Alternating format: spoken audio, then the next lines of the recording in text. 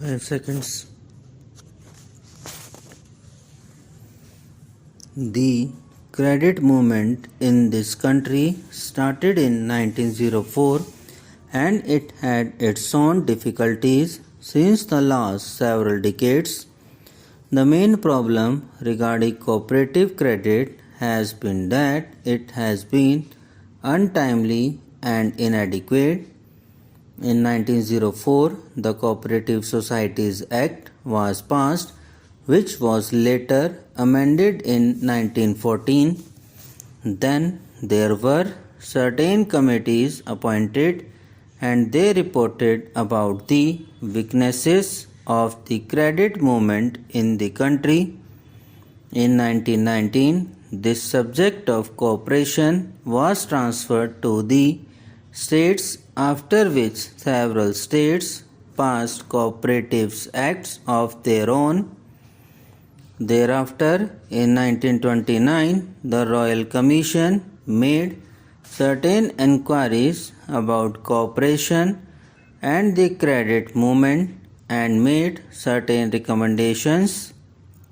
Until 1950 or 1951, there was very little improvement in the field of cooperation.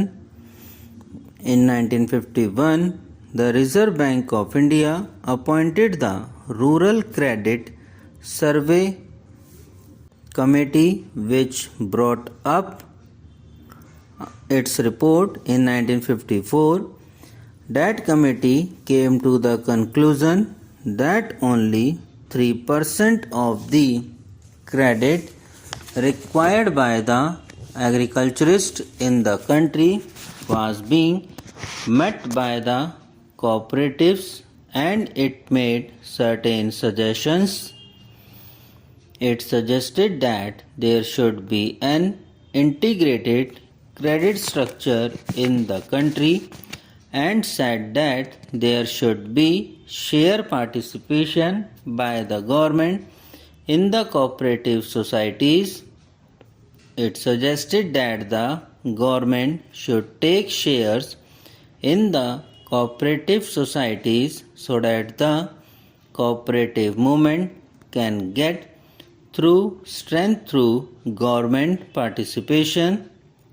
The second recommendation made by the Rural Credit Survey Committee was that there should be linking of credit with marketing, processing, etc.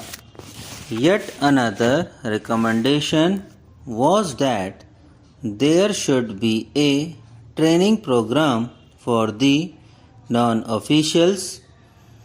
The fourth recommendation, and the most salient one, was that there should be a three-tier structure of credit.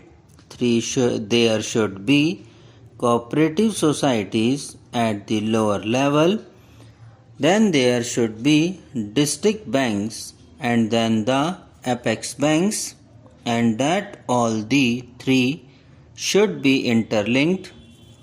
These recommendations were accepted by the Government of India.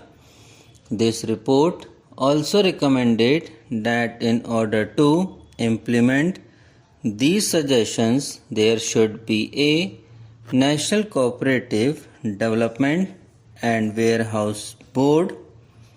The Government of India have accepted these suggestions in 1956.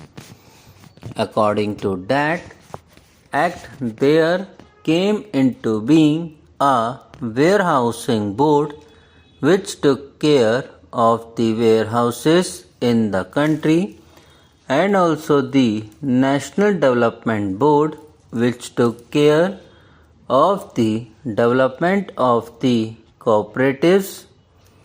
It was first thought that the two boards should be worked out under two different acts, but as both the subjects were administratively under one ministry at that time, namely the Ministry of Food and Agriculture, it was thought proper at that stage that the same act should administer the National Development Board and the Warehousing Corporation.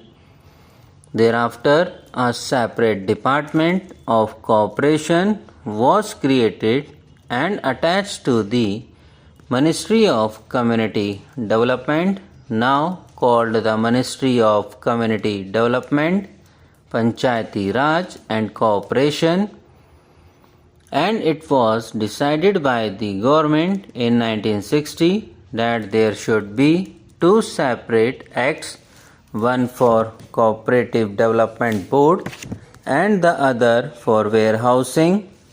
In one of the papers submitted by the Ministry of Food and Agriculture, on the basis of which the presidential order to create the Department of Cooperation was passed, it was suggested that these two bodies should be administered separately, and that is why we have now come before Parliament with this National Cooperative Development Corporation Bill.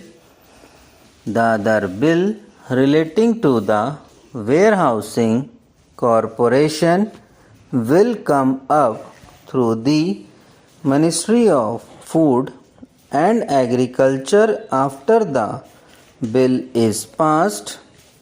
Therefore, sir, the agriculture after the bill is passed, the present bill is only an amending bill, and opportunity has been taken to have some minor amendments made in the bill.